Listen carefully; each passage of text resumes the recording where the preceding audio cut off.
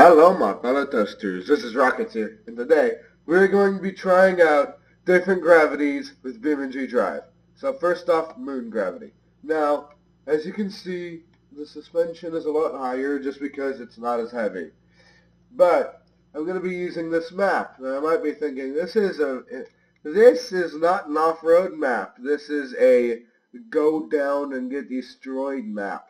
Well, I know that, but up until about here, it's pretty good for testing an off-roader. So without further ado, let's turn on the engine and go. Arcade. Yeah, I might want to turn that to manual just so that I can stay in a lower gear. Okay, so as you can see, it's definitely suffering from traction issues, which is not exactly very helpful, but hey, what can you do? Might as well just stick it in a higher gear because you're not worried about running out of power. Okay, it's doing pretty good. And sorry if I sound weird, I've got a cold, but of course, when other YouTubers say that, I never hear a difference, so I don't know. That's honestly something I've always been curious about.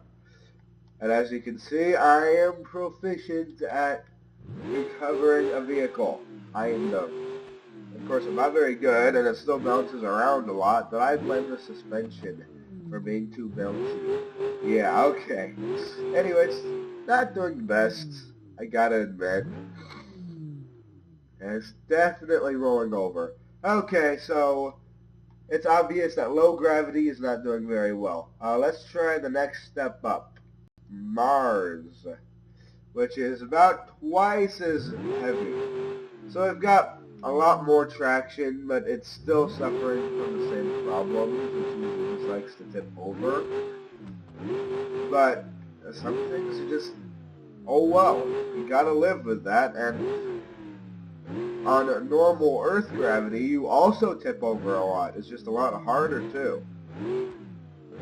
But anyway, now that we're going, I think it's working out pretty good. And another thing is that with a low gravity, gravity doesn't help you as much with inertia. I mean, with gravity, it only pulls you one way. So, if you have a really light car, then on really high gravity, then you've got a lot of force pushing you down, which is like literally down force, and you don't have much inertia. So it's really easy to go around corners, but not on low gravity. You still have all of that inertia, but now you don't have nearly as much downforce, so you don't have nearly as much traction, so you can't go nearly as fast around the corner. So that's why I wanted to see if having higher gravity really helps, and so far it looks like it does. I mean this is Mars gravity, and I probably would have already topped out up there if it was Earth gravity. I'm in third gear right now, and I'm just kind of going over the bumps, which I don't really like, but I guess I'm kind of going over them, so what can you do? Yeah, okay. Anyway, we're still going up, and that's a good thing, but for how long can we remain going up?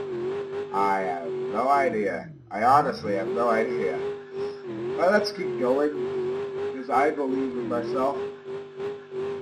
So it's going up surprisingly easy. I guess the low gravity begins to show its strength once you start going uphill, I guess, because gravity isn't fighting you as hard. I don't know. Anyway, I'm sticking it in fourth gear, and fifth gear, just gunning it. We're getting up to 88 miles an hour. Yeah.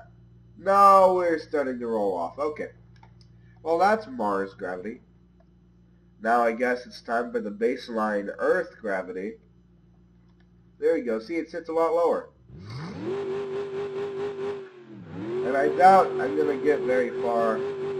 And another thing is that now I have to worry more about not tipping scratch that. I don't have to worry nearly as much about not tipping. Of course, it's still a major part, especially when I get up there, but it's just not nearly as big of a part as on the low gravity, just because it keeps pulling me down harder. Of course, it can still knock you over, and that can still be annoying, but it's a lot easier just to pull yourself back up and keep going. So there we go, and we are still going. And not at the fastest rate in the world, but it's a whole lot faster than the other two. Okay, yeah, we're going up fairly easily. So that's good. That is very good. Nah, I still don't trust it. Oh, never mind, we just broke this. We just broke the suspension. And because this video looks like it's running a little bit long, I'm just going to keep going. I don't care, it's still working out just fine. So who cares about silly things like broken suspension or other nonsense like that? We can still go, it's fine. All we need is a good transmission and enough power, and we can go up anything. Yeah. Yeah, we actually are going up surprisingly easy, even with this broken suspension. I guess it just goes to show how much higher gravity helps. But of course, that's only because we have more traction. Okay, apparently our suspension is fixed, and we're going up easier now, so that's good. So it looks like we're going to go a good amount higher than what we were capable of before. Okay, that's good. I mean, we're still keeping in the speed, but of course now we have to worry about overheating, which is not good. And high clutch temperature. Coolant overheating. I know. Unfortunately, I can only go so fast. There you go, see? Third gear. Kind of go upwards in third gear. But yeah, it turns out when you're going on the high gravity, once you start going fast, or once you start going up really steep slopes, it becomes a lot less useful. But now, let's just go all out and go straight to Jupiter. That's really the only one with a large difference as the other gas giants. I think the one with the strongest gravity, other than Jupiter, is Saturn, with like 11 meters per second, which is only 2 more than Earth. Wait, no, it's only like 1 more than Earth, because Earth is 9.8, which you can probably just round up to 10. Yeah, it's weird. It's weird to think that, despite the fact that Uranus is so much larger than Earth, yet it has a lower surface gravity because it's because it's so much larger, and also the fact that it's much less dense. Anyway, we're going up. It's going up a whole lot easier, and we're only allowed to go into second gear just because, well, that's the only gear where we have enough torque to keep going. And I guess also because we have enough torque, the engine has to work a lot harder, so we're already starting to overheat. And look at that coolant, it's already up to 240. I mean, I really wanted to see how far it goes, but I gotta take into consideration coolant, just because it does play a large part. And, well, you can't just hit reset when you're going on up a slope normally.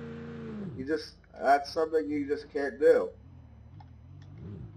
So, you just gotta gun it and hope for the best. And hope that you not die.